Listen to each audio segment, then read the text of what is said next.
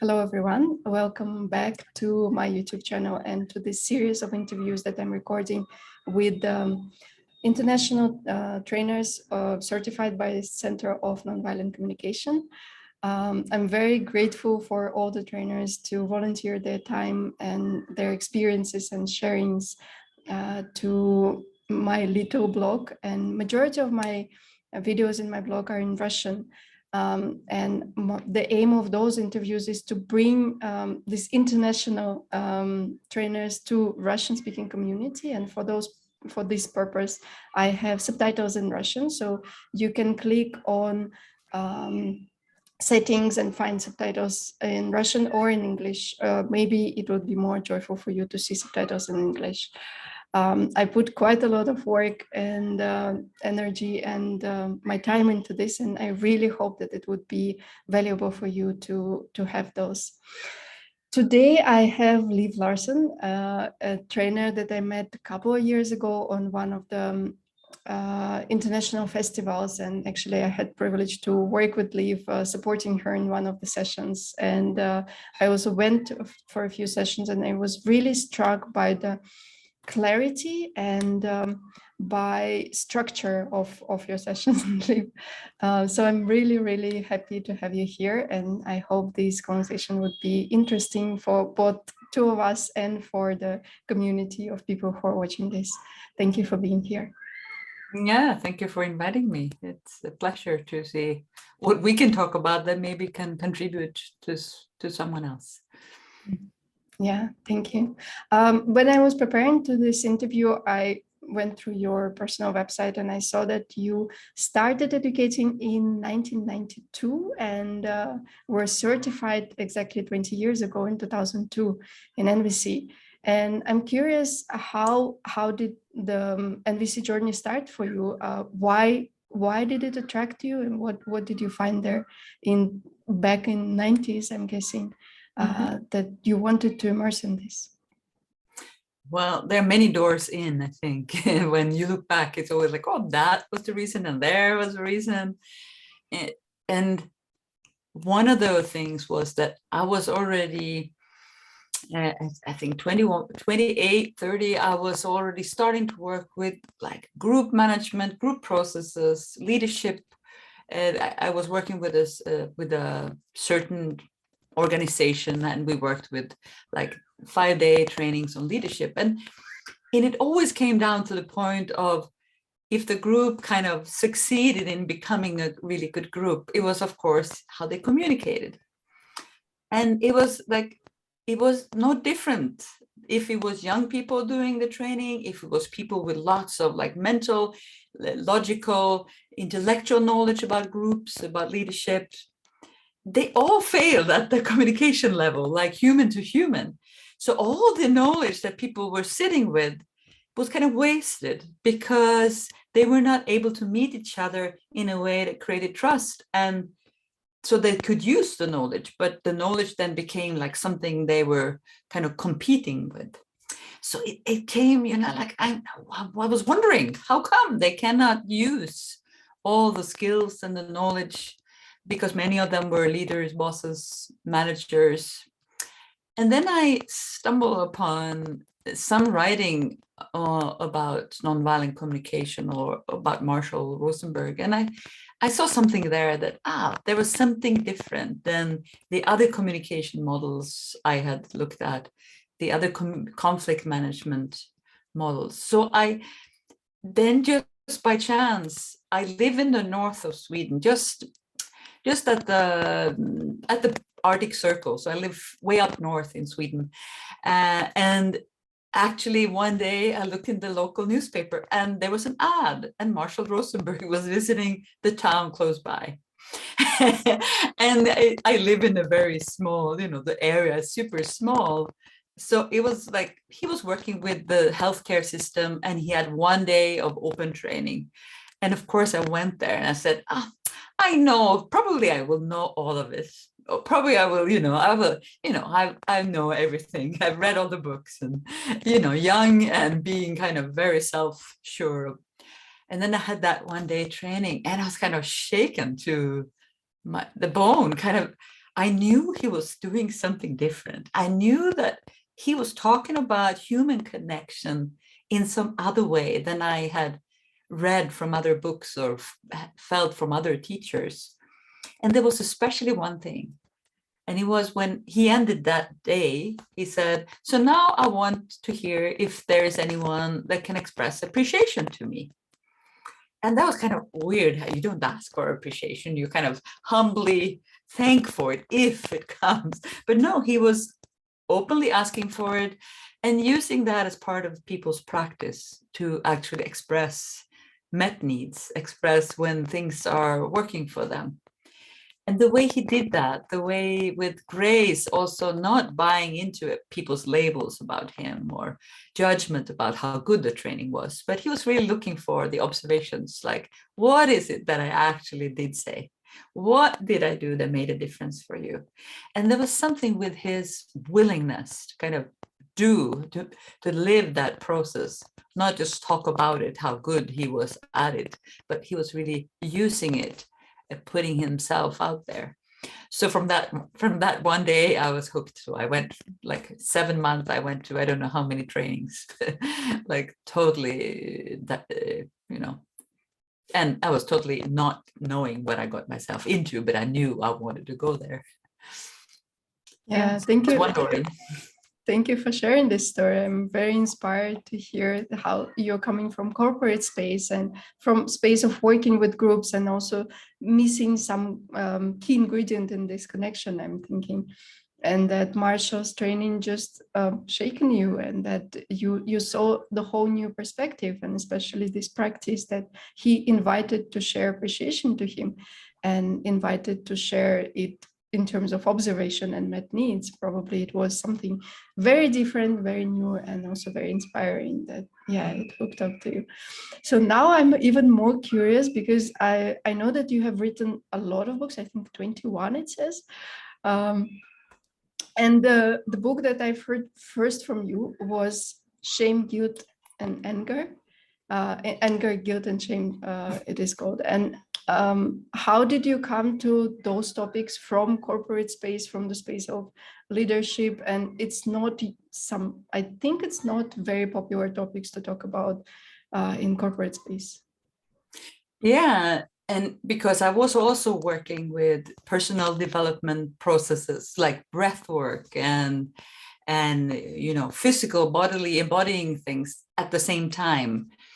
So that is one thing. That's what I was meaning. There's another door, but that door didn't kind of lead me to Marshall, but then they kind of went together. But one thing that was there was that Marshall early on, he said, never do anything to avoid shame. Never do anything to avoid guilt, shame, or anger. He was usually playing with words, and I thought that's no problem. I don't feel shame. Again, young and kind of like I can do everything. Nobody's going to get to me. I'm not shameful. So I kind of put that aside. And every time he said it, there was something, or I read a book about communication and it talked about shame and not avoiding it, but kind of looking into it. There was something there. And I guess then there was the right moment somehow. It entered into my life and I realized that, whoa, I feel shame a lot, but I'm so fast at avoiding it. Like I fix myself, I do something, I invade that shame, I run away from it, I get angry so I don't have to feel it, I blame someone else so I don't have to feel it, or I just withdraw from a situation where I would feel shame. So actually shame was kind of hiding, running after me, and I was trying to hide from it. So then I got really curious. When you discover something like, whoa, have I been running away from this all these years? So I read everything I could read about shame. I, really looked into it, had heaps of workshops, not really knowing what I was doing, but kind of offering the space for people. And most people knew more about shame than me, I would say. And I was learning a lot. And then I wrote the book, the Anger, Guilt, Shame book, because I connected so much the dots between anger, guilt, shame, how they kind of come together and get in the way of our communication. And since then, I'm still surprised. I do so many trainings on shame, and I'm always excited. There's some joy in that. Yeah, thank you so much for sharing this. I'm hearing that like one of other directions that you were working with was individuals and also embodiment, and that kind of more connected to this topic also because you found yourself that you were avoiding shame so easily or so quickly that you actually felt that you are never shameful and you can withstand anything. And then starting to research this topic, I'm hearing you said that you actually discovered that this emotion comes to you quite often, and that there are some ways of working with it, I'm guessing, that inspired you to share them with others as well. Years of research and coming to this book. And yeah, I'm inspired now to share a little part of your training on shame that I remember that was really very clear representation for me of the shame that we experience very quickly. And that is, I remember you said a story that you like to do cross-country skiing, and that just before the training you went cross-country skiing and there was a slope and you fell. And the first thing when you fell was to look around and see if somebody saw you falling, because that is some kind of very quick response that we are not aware of. And I'm curious to ask right now, and I'm guessing that it could be many hours lecture, that where is the shame coming from? How does it come to our, is it something that we're born with? Is it something that comes in our early childhood development? Is it something that we develop over adulthood and we can work with it? If you could share it in a few words, I'm really curious about this. Yeah, you're right. I could talk about this for a long time, so it's good that you try to help me be short. As I see it, it's we're born with it, with the seed of shame, like the same as we're born with a seed for language, a seed for empathy. Like we're not born with language or with words, but we have the capacity. And it's the same with shame. So shame comes around the same time as we're starting to speak, when we're starting to kind of go from that little, a newborn, they're kind of totally absorbed by themselves. Kind of everything is them. They get, they get a grip of their foot and they go like, oh, where's this foot coming from? It's like they are totally with everything. And then they're at a certain age, like 8 months, 9 months, depending on surroundings, they start becoming a little bit more aware of something is out there, I'm here. They kind of started to make that separation. And that's when also shame comes in. Because I would say it's a survival mechanism. In that way, the parent can still kind of adjust or help the child survive through being able to kind of easily get them into that mode where they maybe freeze in case they're getting close to danger. Like the shame is there, I would say, as a kind of creating us, helping us become a social being. Like we get the social cues from shame. So it helps us survive. It helps us find out how the rules are as we grow older. But then, of course, we have a way of thinking that makes shame not such a pleasant thing. It becomes then about us, that there's something wrong about me. I should be shame about myself rather than, I feel shame about some actions I did. So the thinking that we grew up in makes it either difficult or easy to be with shame.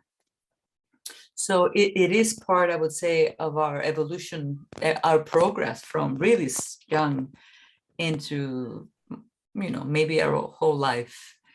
And it can be a problem or it can be a real gift, I would say.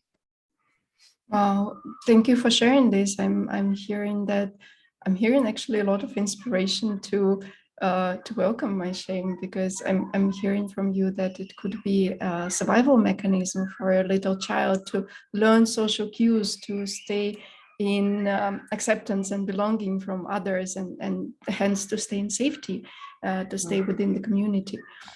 And at the same time that it can be a hard feeling, hurtful feeling, if we develop the thinking that we're not worthy or we're not good enough or something.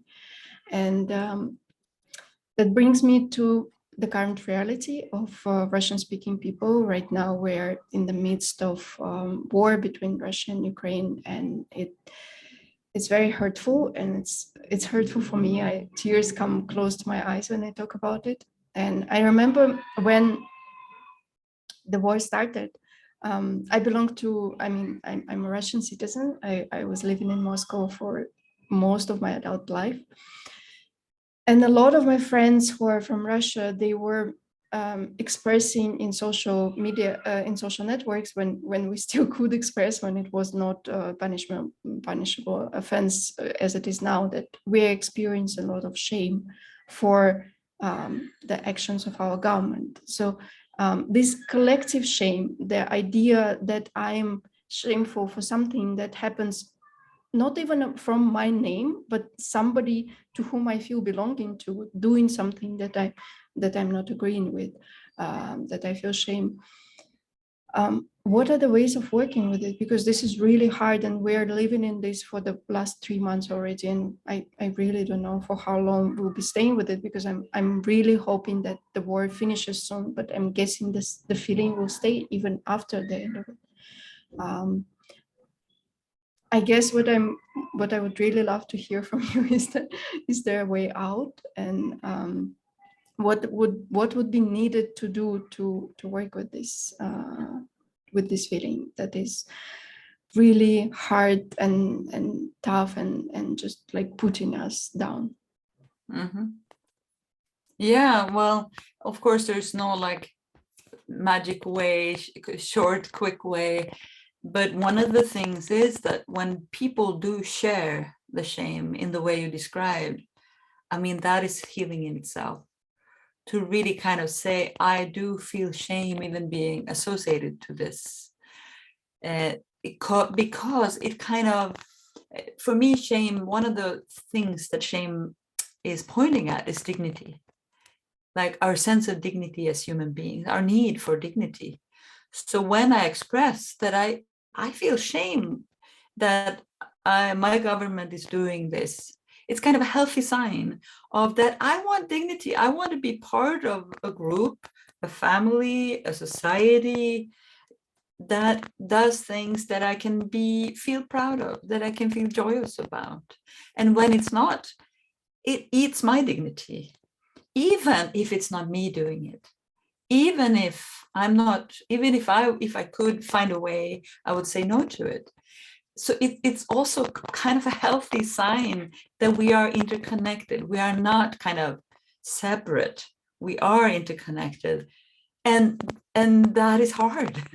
That is really hard, because if we are not the ones doing the violence, for example, and we still feel guilty about it, it can make us even more helpless, like even more hopeless.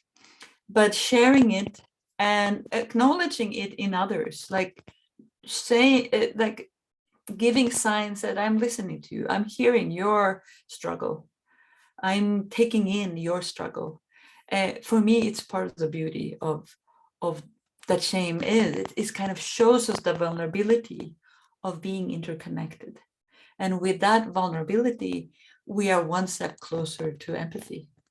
We're one step closer to being that sensitive, to know that we all have human needs. It doesn't matter what nationality or what country we are born or whatever.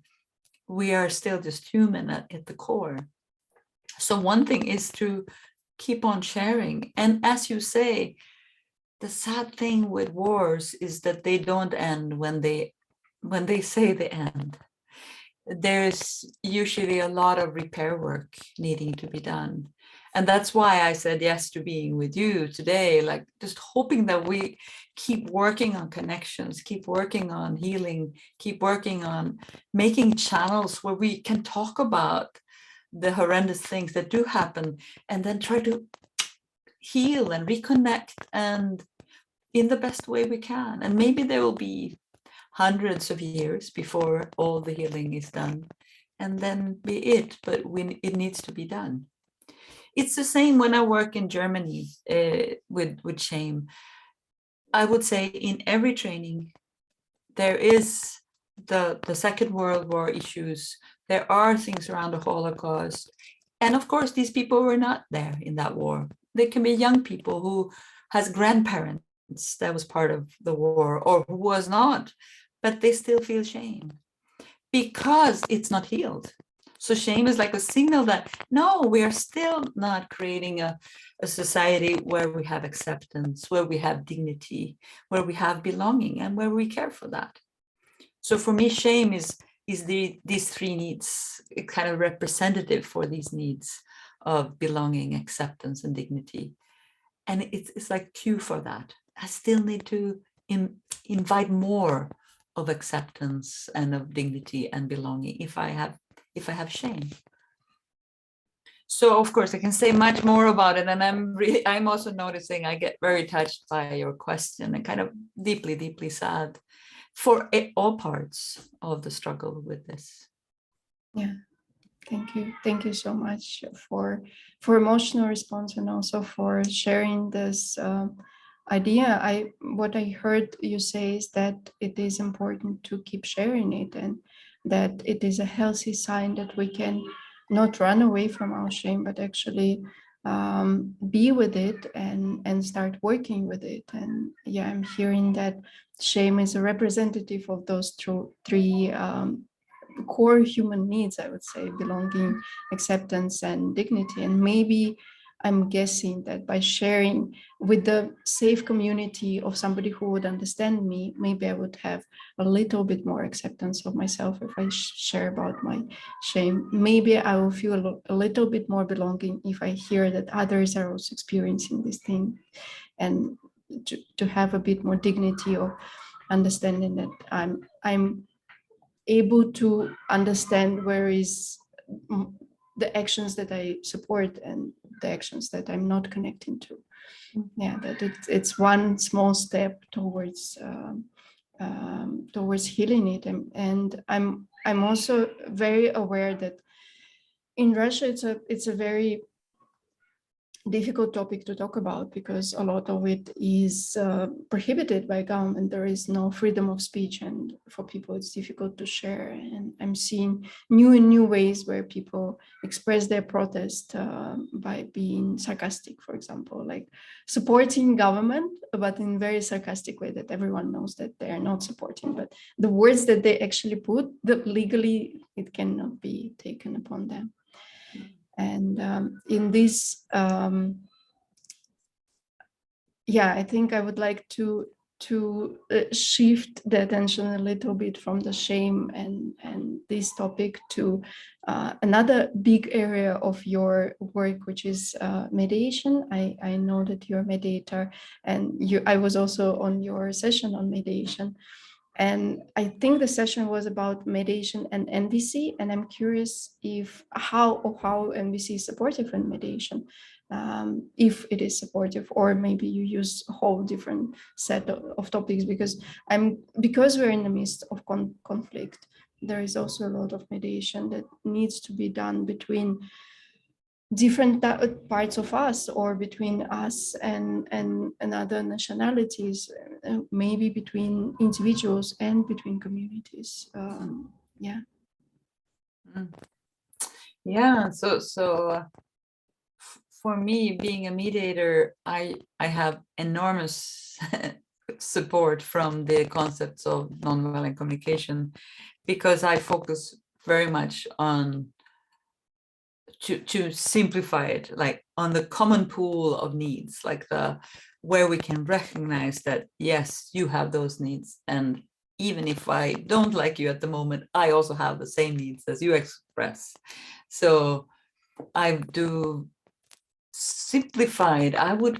What I do is trying to, as a mediator, find the needs that are most important, and then finding strategies. Whilst many times mediation, we're kind of looking for what this is the conflict and where is the solution, and then we're trying to solve it with the different opinions, but not on the different needs. And it makes a huge difference, both in, like, I mediate between individuals, like families, but I also do most of my mediation work between the Sami, the indigenous group of Scandinavia, the reindeer herders, and the forest companies, and the mining companies. And even then, they are representatives of their communities. I still help them look at the needs that they are representing, and from that, finding new ways to move forward. And it's quite amazing how easy it is when we have gotten to know what are the main needs. Like for us, it might be respect and to be heard about what we value. And for the other part, it might be meaning or efficiency. And then we can see, can we have a third way now? Then we can have both recognition, being seen, and meaning and efficiency. Is there a third way that will help all those needs to be met?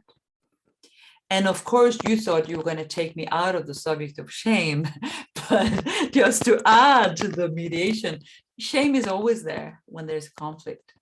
Like when we've hurt someone else, when we have overstepped boundaries, when we have done something at the expense of some other people's needs, when we pause and reflect on it and start talking about it, there will be a layer of shame that we need to be able to address for a mediation to be successful.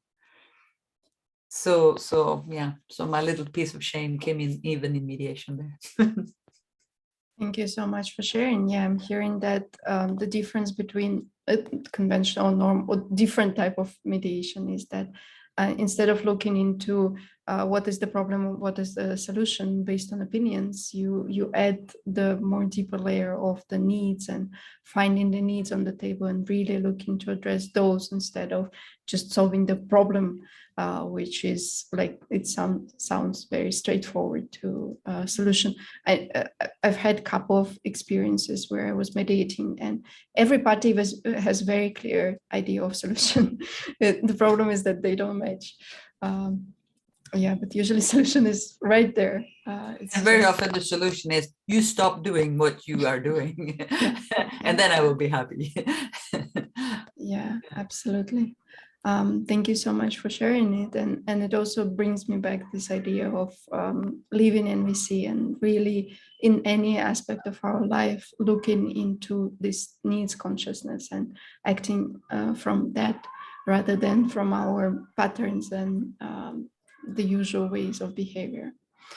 And yeah, I'm curious to know what is the project or the topic that you're working right now. What is alive in your life right now? You said that you're mediating between these companies and the indigenous tribes, and maybe, yeah, if you could share, what are you working or what inspires you right now? Well, a few things when you ask it like that. So one thing is the project that is ongoing from 2010 or 11 with the Sami and the forest companies, and it's that we're now changing it into even more of a process-oriented process. Like we usually meet for 2 days somewhere up north and talk about different things, and now we have built in much more of a space for processing, because it was more structured before. We had to kind of come at the end of the days, we had to come down with a solution and so on. So I'm actually passionate about that, seeing how when we work at something, the whole system will be affected. The whole system will kind of slowly change into something more human. And I have had moments when I wanted to give up because it felt like, oh, what are we doing? And then like a glimpse of, whoa, we're going towards something with more connection, more respect, more common goals. So that is one thing. And another thing is that, yes, I have written many books, and sometimes I have a hard time counting. It's 21 or 22, or I have a few in my computer also that has not been published. But I am writing, during the whole pandemic, I've been writing on a book on exactly your question actually before, how shame comes in our lives as very young, like from a biological perspective, from a normative perspective, cultural, historical, and personal. So to kind of look at it from different angles, and then how it grows as we grow older, and what we as parents can do to support kids, what we can do to be with ourselves and with them as they go through that specific part of life. So I have said for a year or so that now it's going to be ready, but then I always find some new interesting research that I want to build into it, so that it's still there. And now with the world kind of opening up, and I notice already that I so much enjoy traveling, doing trainings. I'll see when it's done, but it's one of my passions. I really want it out there, and I really enjoy what I've found, what I've been able to put together, with of course with the aspect of nonviolent communication there. But I wouldn't say that it's a nonviolent communication book, but that it supports the use of nonviolent communication as one of the ways for adults to be with kids. Thank you so much for sharing. I was celebrating. I'm really inspired to read this book, and really hoping that I will see it, that it will see the light of the day very soon, and then we would be able to read it. It is a very interesting topic, and as I shared before, that it really, even your short sharing supported me in connecting with the shame, and not kind of stop pushing it away, but actually be curious about it and be welcoming to it. As I heard many times from Brené Brown and other researchers, that this is the way for happiness in the life, to welcome the shame. And thank you for sharing about the 12-year project that you're having with this mediation, that especially that you shared that you wanted to give up at the times, that it's not a very smooth project, that is just like fairy tale coming to life. And yeah, I'm hearing a lot of determination and actually purpose in there to come and to create better environment, and to meet all needs. And it gives me some reassurance, I think, to know that the project can take that much time, and it would be still valuable to keep going and keep creating relationships. Of course, I'm applying it to our situation that is happening right now, that I think it would be also taking years to come to some peace with what is happening right now. And yeah. I want to add something there when you say that, because probably most people wouldn't know, but of course, Swedish people, as we were colonializing most part of Scandinavia, Norwegians, Finns, Swedes, Russians as well. And the Scandinavian, the reindeer herders up north, they didn't have boundaries. They were not like, they have been reindeer herders in Sweden. Their first language was Norwegian, but they lived on what we called Swedish soil. And they actually were engaging with the Russian reindeer herders, some of them speaking Russian. And then they were all speaking Sami, their own language, which has many, many dialects. So we were, of course, invading their space for hundreds of years. So now what we are doing is actually healing that, and trying. And at the same time, we're not able, many of my friends, they live out of the forest, they live out of the paper industry.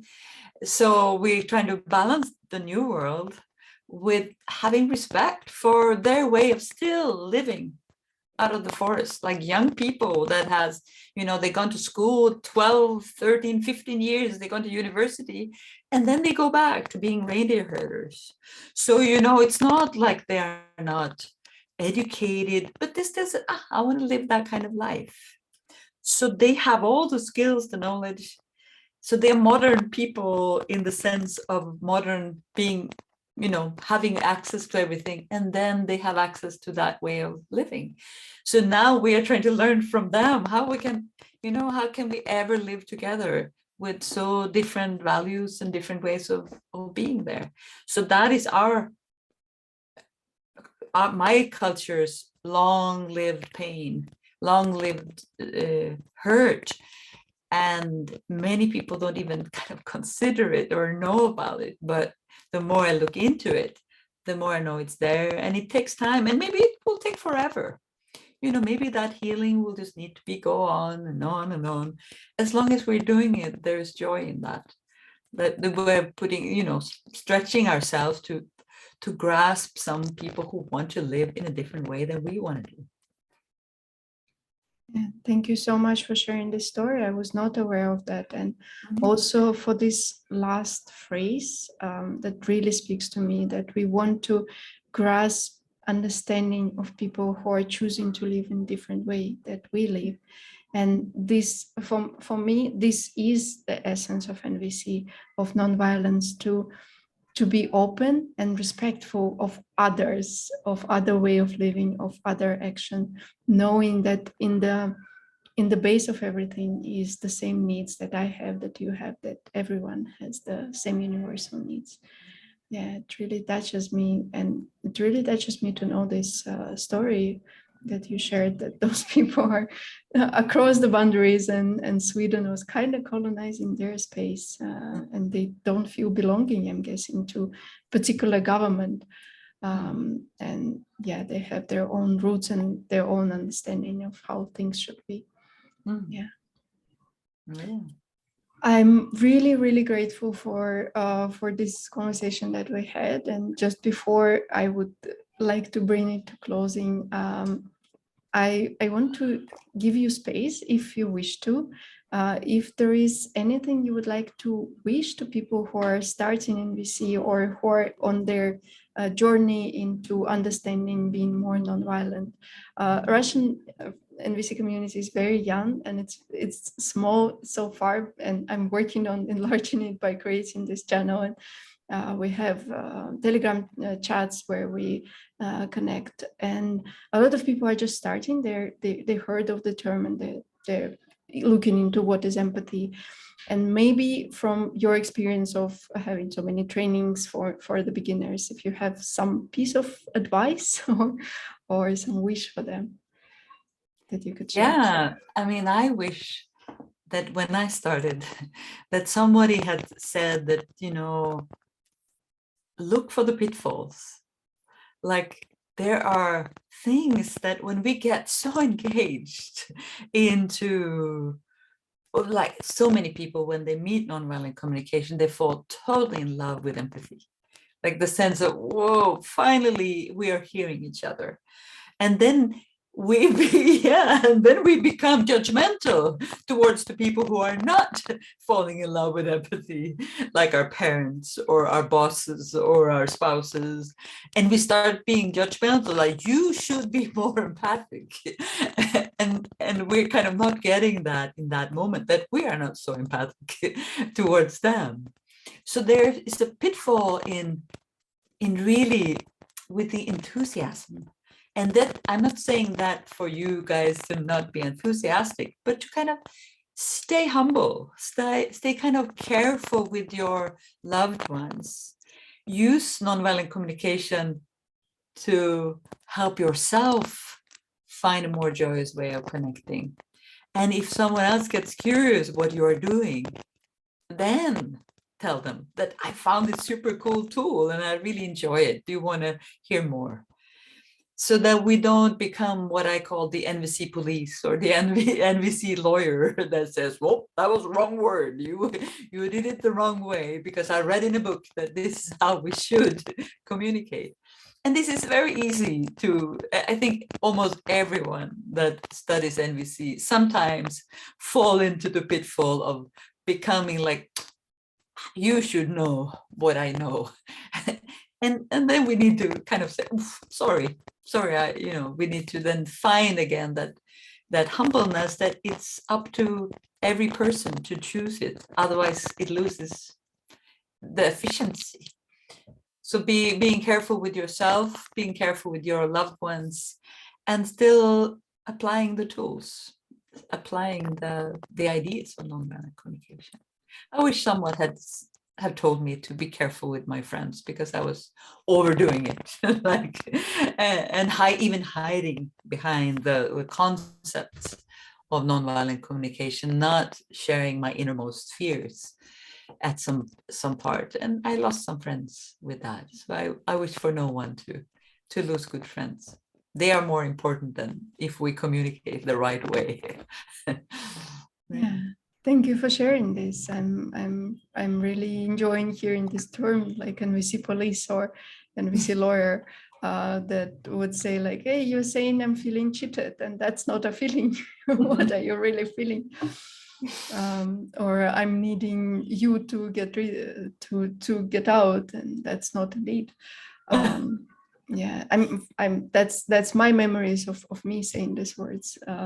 That I can really resonate with what you're sharing. That when I got to know about NVC, it was so beautiful and so obvious and so inspiring that I really wanted the whole world to speak in this language to me, and it didn't. And there was this dissonance that, like, really expecting the empathy from those who are not aware of this tool yet and not willing to be aware. Yeah, thank you for sharing this. And thank you so much for your time, for coming to this interview. And I really hope to see your book soon about roots of the shame and how it could support me in getting in contact with my shame. I'm pretty sure I'm not there yet. That, yeah, when you were saying that I'm so strong, I don't have shame, I was like, oh, it's me. So there is space to work, and yeah. Thank you for your sharings, and yeah. My pleasure. Yeah, thank you. Bye-bye. Bye.